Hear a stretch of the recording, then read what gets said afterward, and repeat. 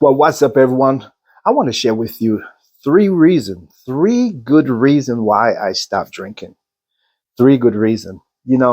Coming out of a relationship that was broken, and I was very hurt and very sad, and separating from your family, and you think about the things that you're losing, or the things that you have to give up. It's like the end of the world. And for some of us, we turn to different things to bring calm, to bring some kind of peace in our life. And for me, I turned to alcohol.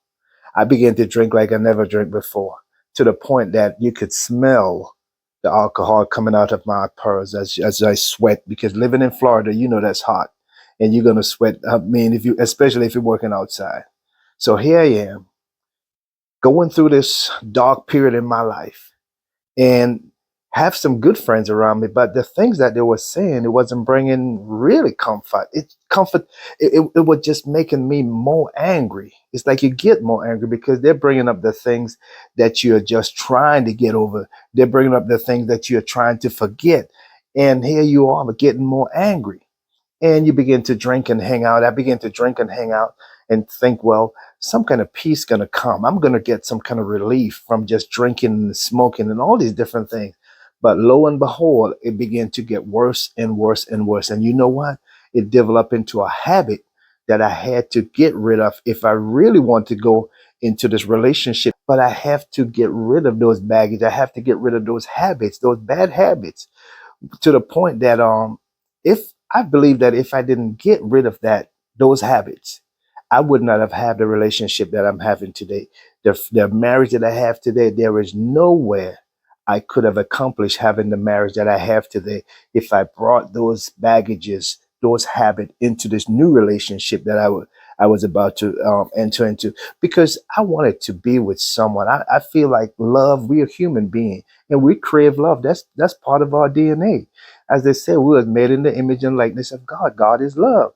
So I wanted someone good in my life, but I did not want to go and find one that is in the club. Everybody have their preference. Everybody have a choice. Here was the first reason why I have to give it up. Number one was my health. My health. I began to understand that my health, if I'm not healthy, if I'm not capable, like they said, if the plane is going down, put the mask on your face first and then tend to someone else. So if I'm not healthy, if I'm not capable, how am I going to help someone else? I remember having a neighbor who was living across the street, and he was in Vietnam back in the war.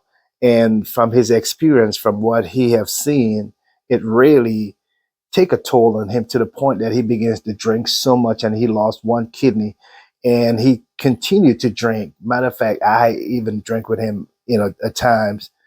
Didn't know that he already lost a kidney. Then he continued to drink by himself, keep drinking, keep drinking. And next thing you know, passed away at the age of 50, young man. So I began to think about all these different things. And I think about other people who have accidents and different things in life that drinking out of control has caused. So I have to think about my health, my personal health. If I'm not healthy, how am I going to run my business? If I'm not healthy, how am I going to be there for my kids? If I'm not healthy, how am I going to go and support them? Yes, it's good to know that dad is alive, but can dad come to my game? Can dad come to my graduation? Can dad walk me down the aisles? Can dad do these things? So I had to think about me, myself. Plus, I believe that we are here to enjoy life. I believe that life is being given to us as a gift for us to really enjoy. I look at the beach. I love being close to the water. I love being close to the water. When me and my family would go to the beach, you can bet your last dollar we leave in there when it's dark. That's how much they love the water. So I love going out and seeing different things. I love going to different places. I've traveled extensively around the world. I mean, went to so many different places, make so many different friends. And when I think back about those days and I think about what lies ahead, I had to stop drinking for my own good, because I was destroying my body. I was destroying my body. I was killing myself softly and slowly, destroying my body. So that was number one. For myself, I had to look at my body as a temple. and the importance of having a healthy temple. And I began to work out. I began to, drink plenty of water. I began to do some things now to keep my body healthy. Number two is my wife and my family. I don't want to. I think I have embarrassed my family enough to the point that when we was going out, when we go to church, I go to church with my family. I'll go to some function, and I've been invited to places. My wife asked me one time and said, "Well, what were you drinking last night?" I said, "No," and I honestly wasn't. And she said, "But you smell like liquor," because as I sweat, you could smell it coming through my pearls. You could smell it because it's like I'm sweating liquor. And number two, I didn't want to embarrass my family anymore. I know my wife, she does real estate, she does other things, and we have other businesses, and meeting with clients and going out to eat and different things like that, going to different function, just to be there for her, to support her. To me, it's a big thing. But to go under those conditions where, first of all, other people will smell. They're not crazy. They know. It's like this is a function. There is no alcohol here. Why you smell so much like alcohol? And that can be very, very discouraging to her. It can be very embarrassing. So because I love her, because I desire, I prayed for her. I should say, I want to say I manifest that my wife. I prayed. I know exactly what I want, and I put it out there to the Creator exactly what I want, and I got exactly what I asked for. Now it was for me to put in the work to make it better now, even more better, to sweeten the pie, get rid of those bad habits, get rid of those things. If you really love your wife, show her that you love her, not just talk about it, but be about it. So that was number two. I wanted to stop embarrassing my family. When we go out, when we go places, I just smell like liquor because I was drinking so much and it just keep coming through my skin. Number three was my children.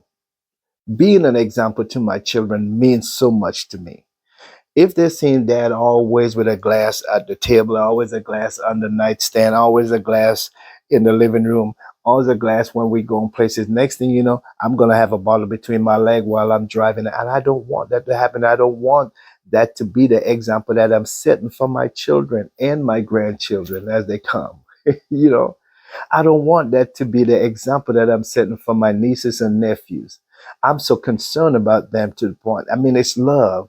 I'm not afraid that they're going to turn out to be alcoholic and things like that. No, out of love, I'm concerned about their well-being to the point that I want to be that good example for them. I want to be an example to them so that when they look at their uncle, when they look at their dad, when they look at they whether I'm a brother, a brother-in-law, whoever, when others look at me, I want to be able to send a strong message of a good example. My personality, my attitude, my characteristics, the energy that I'm giving off is a good positive vibes that they can use in the future to build on. And the next thing is, which I'm gonna have to add this as number four. Alcohol can make you, if you're not careful, you can get out of control just drinking it, saying things that you didn't want to say, doing things that you didn't want to do. And who knows who you're going to say it to. It can be to your wife, it can be to your children, it can be to a best friend. And now broken relationship has now been established because of that. So those are four. I give it a bonus. I give it a bonus right there. Out of control. Number four was the bonus. I didn't want to be out of control saying things because I've seen it happen in the past. I've seen it happen in the past where people got out of control because they can't handle their liquor and said things and done things and hit other people because of that. So I had to give up drinking for those four reasons. And I believe those are good reasons because when I look at myself as a head of household, as a husband, I want to evolve and to grow and to be the best that I'm here to be. I'm here to impart into my kids some positive, good advice so that when they get older, they can use those to build on. Things change and time change. Like, yes. People call other young people Gen Z, and some people, because they call you Gen Z and baby boomer, they begin to live a certain way, and they're not realizing that the same law that is there for the baby boomer is there for the older people and the Gen Z and all of this, whatever name you call them. It's just like a stop sign. The stop sign is there for everyone, everybody. It doesn't matter whether you're a believer, unbeliever, a sinner, whatever you call them, man, woman, it doesn't matter. The stop sign is there serving the same purpose for everybody. So I want to make sure that I live a life that is pleasing and encouraging as a head of household, so that whenever I go out with my family, whenever I'm around my children, the example that I'm setting is something that they can grow with, something that they can use in life, and they can add to it, or they can just use it as a guideline to live their life. What example are you setting for your children? What habit do you think that you have? Can you honestly say that you have a habit that you think you can work on or you can get rid of that will make your life or your relationship with your family a whole lot better? Sit down, think about it. Think about conversation that you had, maybe the yesterday, the last week, whatever. Think about the results. What happened during those conversations? Did you raise your voice?